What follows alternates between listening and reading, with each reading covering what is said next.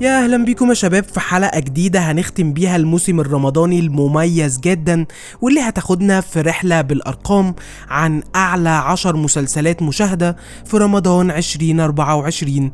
هنتكلم في الحلقة عن المسلسلات اللي كانت مكتسحة رمضان من الاقل مشاهدة وصولا للمسلسل رقم 1 لموسم 24. قبل ما نبدأ الحلقة ما تنساش تدعمنا بلايك وتشترك في القناة وتفعل الجرس علشان تتابع كل الحلقات اللي جاية.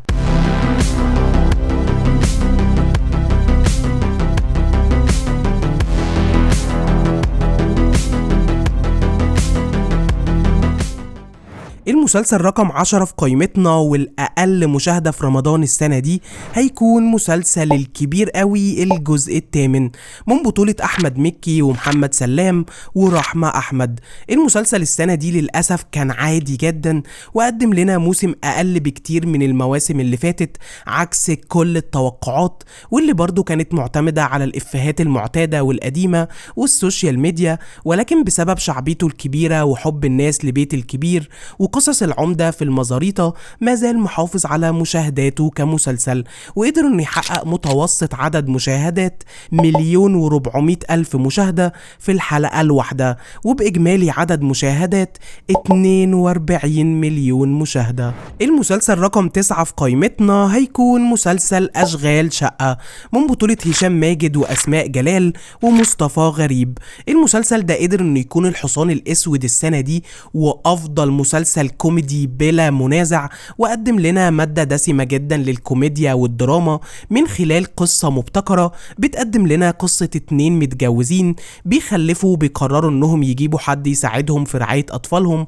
ومن هنا بيبدأوا رحلة البحث اللي هتخلق لنا مواقف كوميدية كتير جدا من خلال كل شغالة بنمر بيها، واللي هيتغيروا بشكل مستمر خلال احداث المسلسل.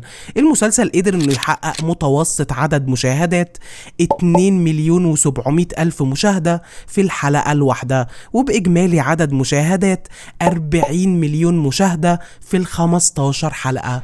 المسلسل رقم 8 معانا هيكون مسلسل أعلى نسبة مشاهدة من بطولة سلمى أبو ضيف وليلى أحمد زاهر وانتصار وفرح يوسف.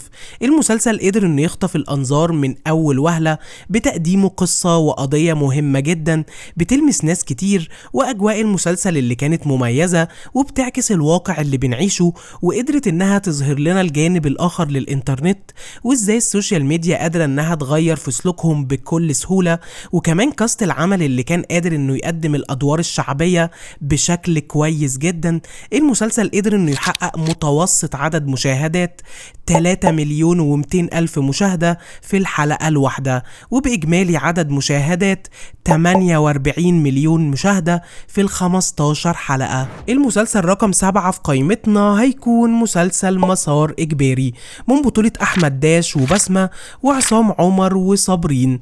المسلسل قدر انه يحقق نجاح كبير جدا في قصته المختلفة وطريقة التشويق والسرد اللي قدمت لنا قصة علي وحسين اللي جايين من بيئات مختلفة تماما عن بعض، وبيكتشفوا مع الأحداث إنهم إخوات ومعاهم سر خطير جدا بيكون سبب كبير في جمعهم وتغيير مسار حياتهم للأبد.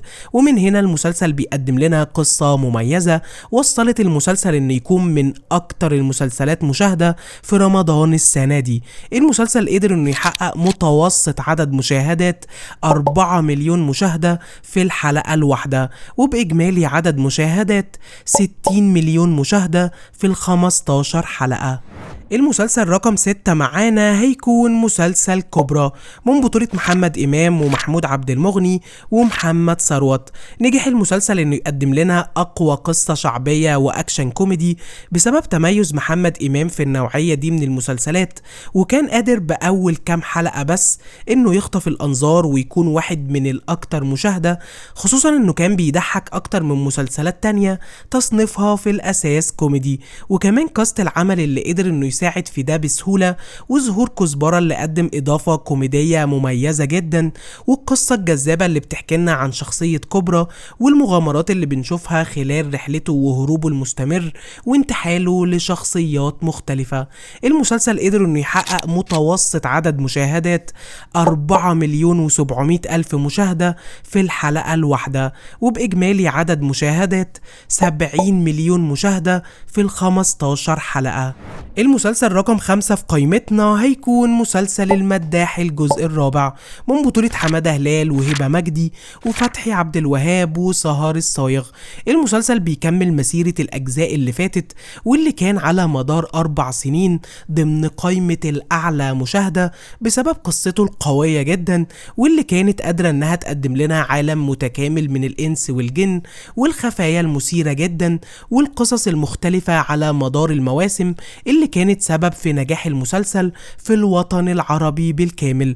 المسلسل قدر انه يحقق متوسط عدد مشاهدات 5,500,000 مشاهدة في الحلقة الواحدة، وبإجمالي عدد مشاهدات 165 مليون مشاهدة. المسلسل رقم 4 في قائمتنا هيكون مسلسل المعلم، من بطولة مصطفى شعبان وهاجر أحمد وأحمد بدير. المسلسل يمكن يكون قصة صعود مكررة ومعتادة، ولكن بسبب شعبية مصطفى شعبان المسلسل كان من أعلى المسلسلات مشاهدة في رمضان، وقدم لنا قصة متماسكة لحامد تاجر السمك البسيط اللي بيلاقي نفسه في صراعات مع تجار السمك اللي حواليه في رحلة صعود ومحاولة انه يبقى اكبر تاجر سمك وسطهم.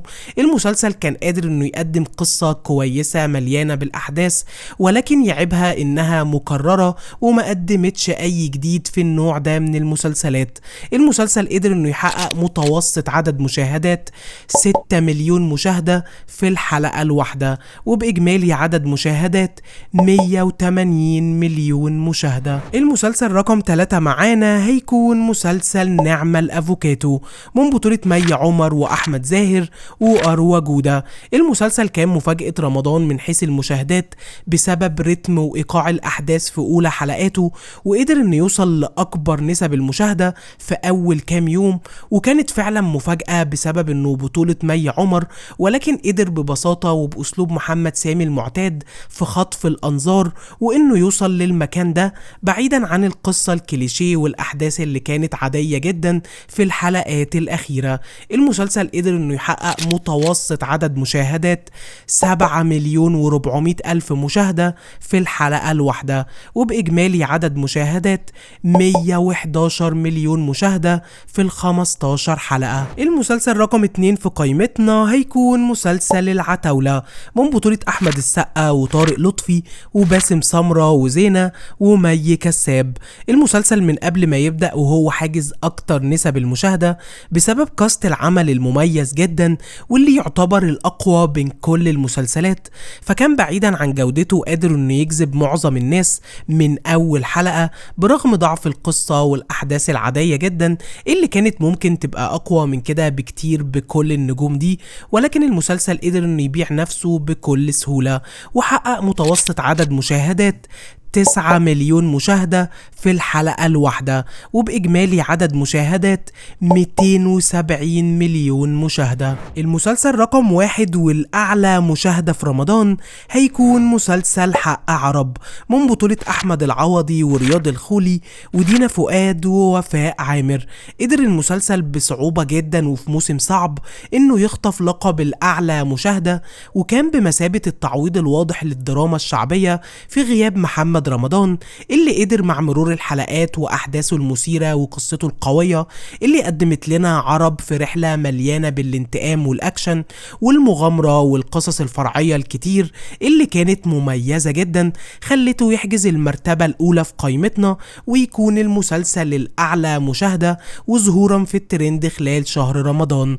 المسلسل قدر انه يحقق متوسط عدد مشاهدات 10 مليون مشاهدة في الحلقة الواحدة، وبإجمالي عدد مشاهدات 300 مليون مشاهدة. وبكده تكون حلقتنا النهاردة خلصت. اتمنى تكون الحلقة عجبتكم. اكتب لنا كومنت بقائمة المسلسلات اللي اتفرجت عليها في رمضان، وايه كان افضل مسلسل بالنسبة لك بعد انتهاء الموسم الرمضاني ل 2024.